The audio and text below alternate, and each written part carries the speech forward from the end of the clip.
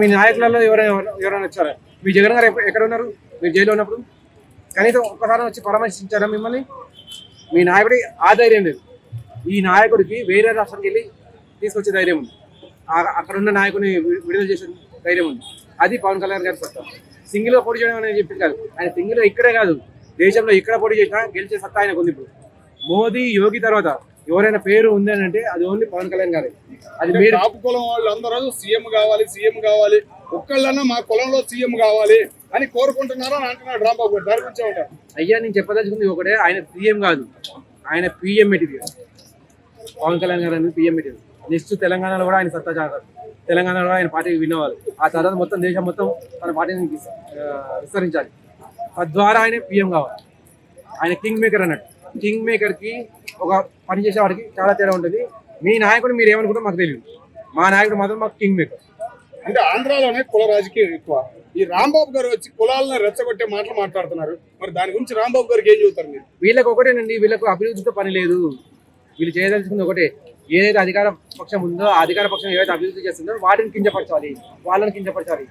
వీళ్ళు చేసే మంచి పనులు కూడా వీళ్ళు చెప్పుకోవడానికి దిక్కులేదు. వీళ్ళు ఏం మంచి పని చేశారో వీళ్ళు కూడా మర్చిపోయారు. వీళ్ళు కూడా కొన్ని ఫ్రీ పీస్ అని చెప్పి ఇచ్చారు, అవి కూడా మర్చిపోయారు. కానీ అవి చెప్పడం కూడా వీళ్ళు నేర్చుకోలేరు అన్నట్టు. మేము చేసే మంచి మేము చెప్పినా కానీ ప్రజలు వినేటట్లేరు. మేము ఏం చేయాలి?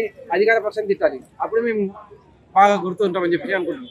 వీళ్ళు ఏ రకంగా పాజిటివ్ కానీ నెగిటివ్ కానీ ఏదైనా కానీ ప్రజలు నానాలి అని చెప్పి ఆలోచిస్తుంది కదా. ప్రజలకు మంచి చేద్దామని చెప్పి కానీ, లేకపోతే మంచి చేసినామని పొగుదామని చెప్పి కానీ వీళ్ళ నోటికి రావట్లేదు అన్నట్టు. అంబటి రాంబాబు గారు రాంబాబు గారే మాట్లాడుతున్నారా? జగన్ గారు మాట్లాడుతున్నారు.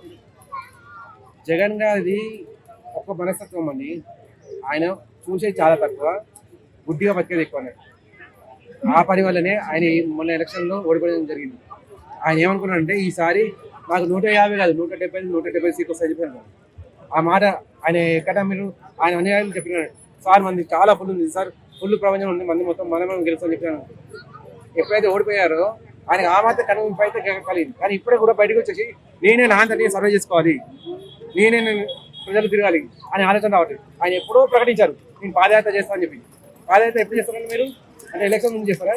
ఎలక్షన్ ముందు చేయడం వల్ల ప్రజలు పేరు వస్తుంది అనుకుంటారు. ఒకప్పుడు మీరు ఏదైతే పాదయాత్ర చేశారో అప్పుడు మీ తండ్రి గారు ఉన్నారు, రాజశేఖర రెడ్డి గారు.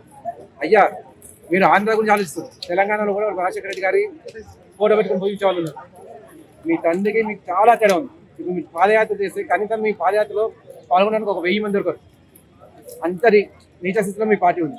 ఓకే సార్, అట్లాగే జగన్ గారు వెళ్ళి విజయ్ గారిని కలిశారు కదా, ఏం మాట్లాడారంటే జగన్ గారికి తమిళ రాజుగా ఏం మాట్లాడతారయ్యా అని అంటున్నారు. నిజంగా జగన్ గారికి తమిళ వచ్చని మీరు అనుకుంటున్నారా లేదా?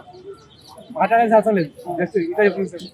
అయ్యా నావి ఉన్నాయి, అయ్యా నేను ఇస్తా నావి ఉన్నాయి, మీకు కావాల్సిన 11 నేను ఇస్తా 11 అది చెప్పడానికి మాత్రం ఆయన పోయింది. ఇప్పుడు 11 అవసరం అయింది కదా విజయ్ గారు. అదే కదా, ఈయనకి ఆ మాత్రం కూడా రానేలేదు అన్నట్టు.